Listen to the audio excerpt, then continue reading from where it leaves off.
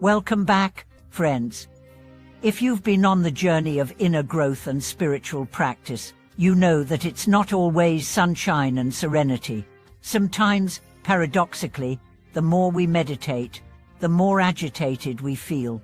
The more we try to quiet the mind, the noisier it becomes. The more we chase peace, the more elusive it seems. If this sounds familiar, know this: you are not failing, and you are not alone. Today, we are going to dive deep into one of the most misunderstood aspects of the spiritual path, why you might be feeling worse instead of better, and what it truly means to find Zen not in a monastery, but in the heart of your daily life. Let's begin with a story. One quiet night, I sat cross-legged on the floor of my bedroom. The lights were off. A candle flickered beside me. Everything was ready for what I hoped would be a moment of deep peace. But as I closed my eyes, something strange happened. Instead of calm, I found chaos.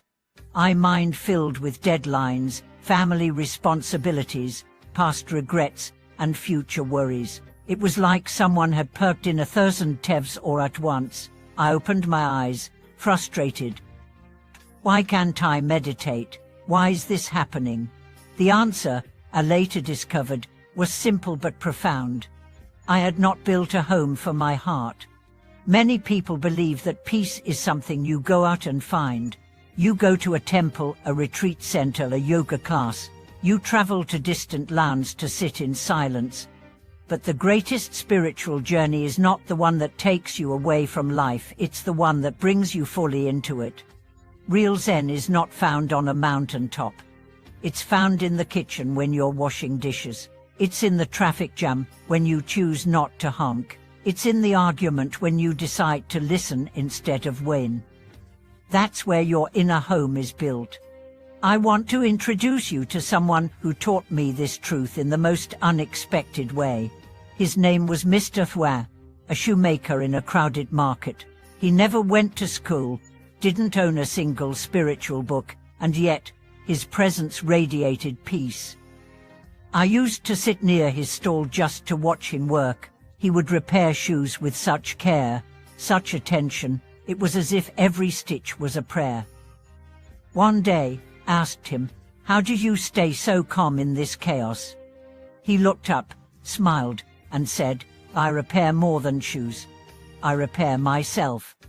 He had made his tiny workshop into a temple. His tools were his practice. His silence was his chant. His humility was his robe. That's when I understood. Zen is not a place. It's a way of being. So, if you're feeling irritated, restless, even angry during your meditation practice, don't despair. That irritation is not a sign of failure. It's a doorway. It's your mind showing you what still needs your attention. Meditation doesn't eliminate your problems, it reveals them. And once revealed, they can be understood, held, and eventually healed. Let's talk about how to build a sanctuary within your life. Start by honoring the mess. Don't wait for everything to be perfect. Light a candle even if your house is noisy. Breathe deeply even if your schedule is packed. Meditate for 2 minutes instead of none. The goal is not to escape life, but to enter it fully with presence. One mother told me she tried to sit in silence every morning, but her toddler always interrupted her. "I thought I had to wait until my child grows up to truly practice," she said. Then one day, I held her in my lap while I meditated. She was quiet the entire time. That moment changed everything. She realized that her child wasn't the obstacle her expectations were. We all carry this idea that practice must look a certain way: a quiet room, incense burning, an uninterrupted hour of silence. But true practice adapts. It bends with life, not against it. The crying child becomes your bell of mindfulness. The pile of laundry becomes your meditation cushion. The difficult conversation becomes your Dharma teaching. A young man once told me he stopped meditating because every time he sat down, he got more anxious. I asked him, Do you want to be free from anxiety, or do you want to understand it? He paused. Then he said, I want to understand.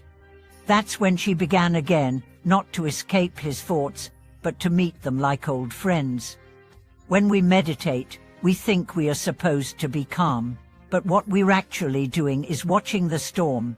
At first, you'll be caught in it, but over time, you begin to see it with different eyes. The thoughts are still there, but they lose their power. You learn to sit with discomfort without running away. You learn to breathe through frustration. You begin to taste freedom. Freedom is not the absence of noise. It's the ability to remain centered in the midst of it. Let's bring this even closer to home. Imagine this. You come home from a stressful day. The house is messy. Your partner is annoyed. You're tired. In that moment, you have a choice. You can react or you can breathe. You can yell or you can pause. That one breath, that one pause, is Zen. That's the moment you bring the temple into your home. Over time, these small moments accumulate. You don't become someone else, you become more yourself, less reactive, more aware, less consumed by ego, more connected to presence. And slowly, without even trying to be spiritual, you begin to embody wisdom. Wisdom is not a thunderclap, it's a whisper.